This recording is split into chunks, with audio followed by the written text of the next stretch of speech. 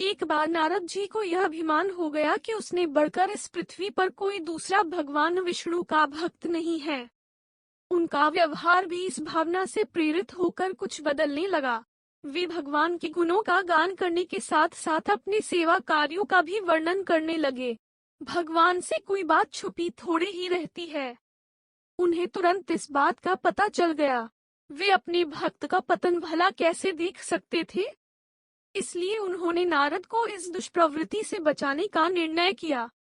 एक दिन नारद जी और भगवान विष्णु साथ साथ वन में जा रहे थे।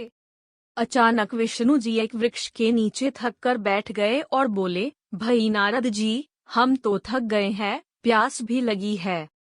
कहीं से पानी मिल जाए तो लाओ। हमसे तो प्यास के मारे चला नहीं जा रहा है। हमारा गला सूख रहा है। यह सुनकर नारद जी तुरंत सावधान हो गए। उनके होते हुए भगवान भला प्यासे रहें। वे बोले, भगवान अभी लाया, आप थोड़ी देर प्रतीक्षा करें। नारद जी एक ओर दौड़ लिए। उनके जाते ही भगवान मुस्कराए और अपनी माया को नारद जी को सत्य के मार्ग पर लाने का आदेश दिया। माया शुरू हो गई। नारद जी थोड़ी ही दूर गए होंगे कि उन्हें एक गांव दिखाई पड़ा, जिसके बाहर कुएं पर कुछ युवा स्त्रियां पानी भर रही थी। कुएं के पास जब वे पहुंचे तो एक कन्या को देखकर अपनी सुध बुध खो बैठे, बस उसे ही निहारने लगे। वह यह भूल गए कि भगवान के लिए पानी लेने आए थे। कन्या भी नारद जी की भावना समझ गई।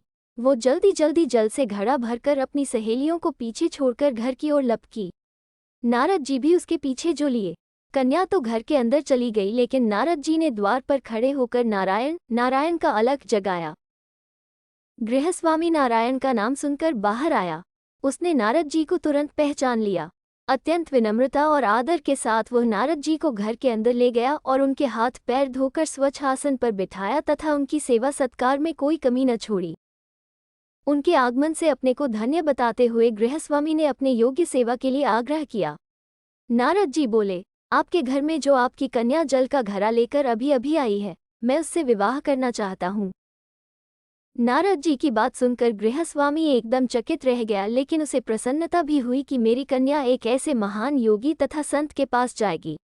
उसने स्वीकृति प्रदान कर दी और नारद जी को अपने ही घर में रख लिया। 2-4 दिन पश्चात शुभ मुहूर्त में उसने अपनी कन्या का विवाह नारद जी के साथ कर दिया तथा उन्हें गांव में ही उतनी धरती का टुकड़ा दे दिया, खेती करके वे आराम से अपना और अपने परिवार का पेट भर सके। अब नारद जी की बिना एक खूंटी पर तंगी रहती, जिसकी ओर उनका ध्यान बहुत कम जाता।